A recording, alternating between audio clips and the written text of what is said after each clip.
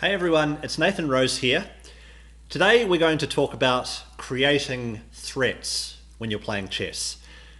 And not just any threats, not threats which are obvious or easy to respond to. No, I want to talk about creating threats which, even if your opponent spots the threat and makes the best possible reply, is still going to improve your position. So let's get into it. I'm playing here a game with the black pieces, and I'm playing an unfamiliar opening to me. So I've recently taken up the Sicilian defense as a reply to White's 1e4. Now I say this just to point out that I'm not familiar with the opening as yet. I haven't memorized a lot of moves. I'm just playing this game based on chess fundamentals. I'm trying to develop my pieces, control the center, create threats, look out for my opponent's threats. But I want to get through the opening moves reasonably quickly because the instructive part of this game happens later.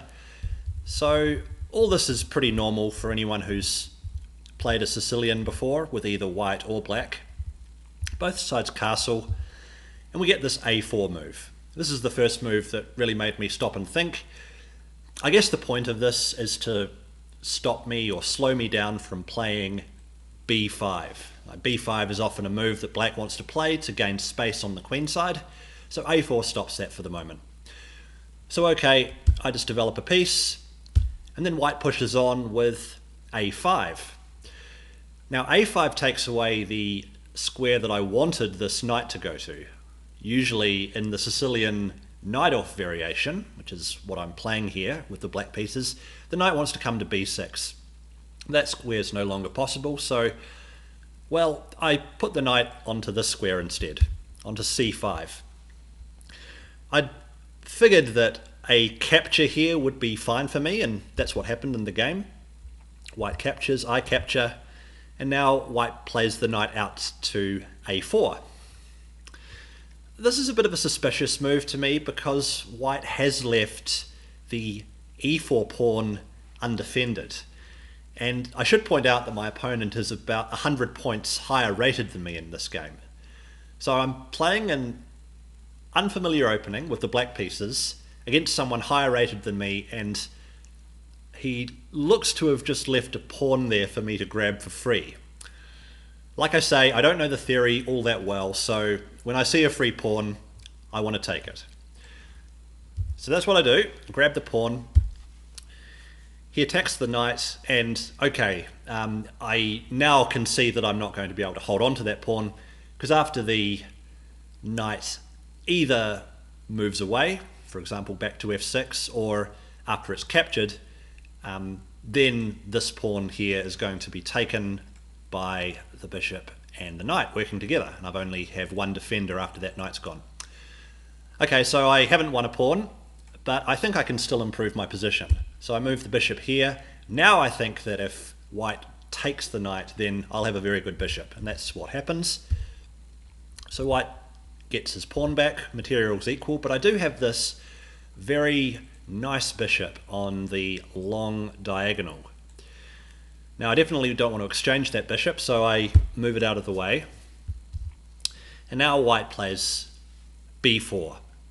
Now this is the moment of the game that I really wanted to get to, because the move that I played here I think has got quite a bit of instructive value. What I play is queen to g5. Now this creates a threat. The threat's pretty obvious. You've probably seen it already. It's just the threat is checkmate on g2. Now my opponent, who's rated 1750, isn't going to fall for that. Not in a rapid game, not when we've both got plenty of time to think, and this is a pretty obvious pattern. So he's got to do something about it though. So yeah, he sees the threat, he knows that he has to stop the threat, but how does he do it? Well, he can't stop it with the queen, because then the bishop would just take the queen. That doesn't work either. Again, the bishop would just take it. The knight also can't stop the bishop from capturing, so the only way actually that he can defend against the threat of checkmate in this position is to move one of the pawns around his king. He's got two choices really. He can move the f pawn to f3. That would block the bishop. Or he could move the g pawn, either to g3 or to g4. Now, I thought during the game that f3 was the best move, and the computer actually agrees with me. f3 is the best move for white, but it does weaken the structure around his king, and it just looks kind of ugly. And that's probably why white instead played g3. This looks more solid, the pawns all defend each other. This is a pattern that you might have seen before, but it does leave white very exposed on these light squares. And this is the move that I was hoping for.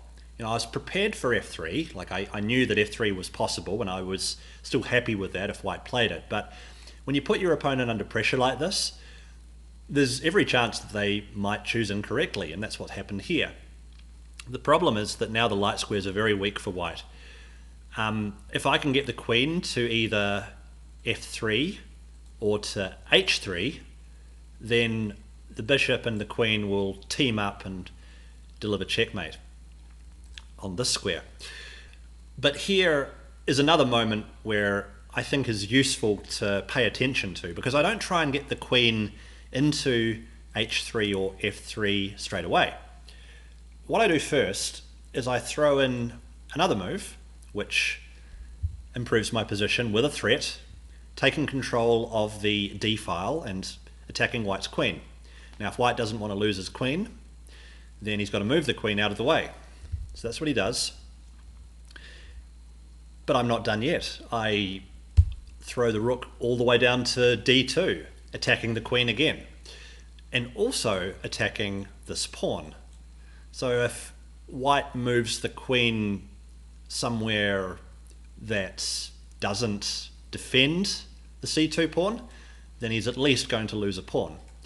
So white's next move is quite understandable. He's trying to hold everything together to defend all the threats that I've got. But now my move, queen f5, is a lot stronger. It does three things, or it creates three threats. With this move, I'm able to access either f3 or h3. So white, if he doesn't want to lose, is going to have to stop both of those moves, and he's only got one move to do it in. And also, in the back of my mind, you can't calculate everything precisely. I always had in the back of my mind, look, even if I haven't seen everything here, this move also creates a threat on the c2 pawn. So now the rook and queen team up, and there's only one defender on that. So there's a lot of threats for white to deal with, and it's actually impossible for him to deal with all of them. He plays his queen here to b3. Now I could take the pawn if I want, but I'd rather win the game straight away. So yeah, with queen b3, he's stopped me from going into f3, but queen to h3, it's game over. There's no way for him to stop the checkmate on g2.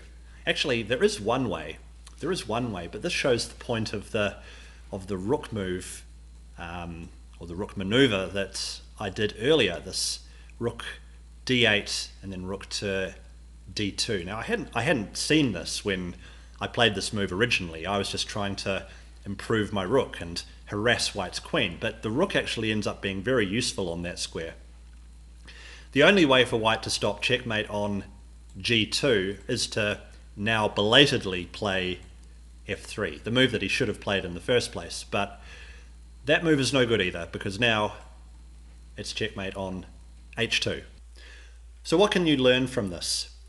Well, I think it goes all the way back to this move here, queen g5. It's the type of threat which is the best type of threat to create. The type of threat which, even if your opponent spots it, which I fully expected him to do, even if he plays the best move, f3, it's going to improve my position because he's weakened the pawn structure around his king. But in addition to that, it gives him the chance to go wrong.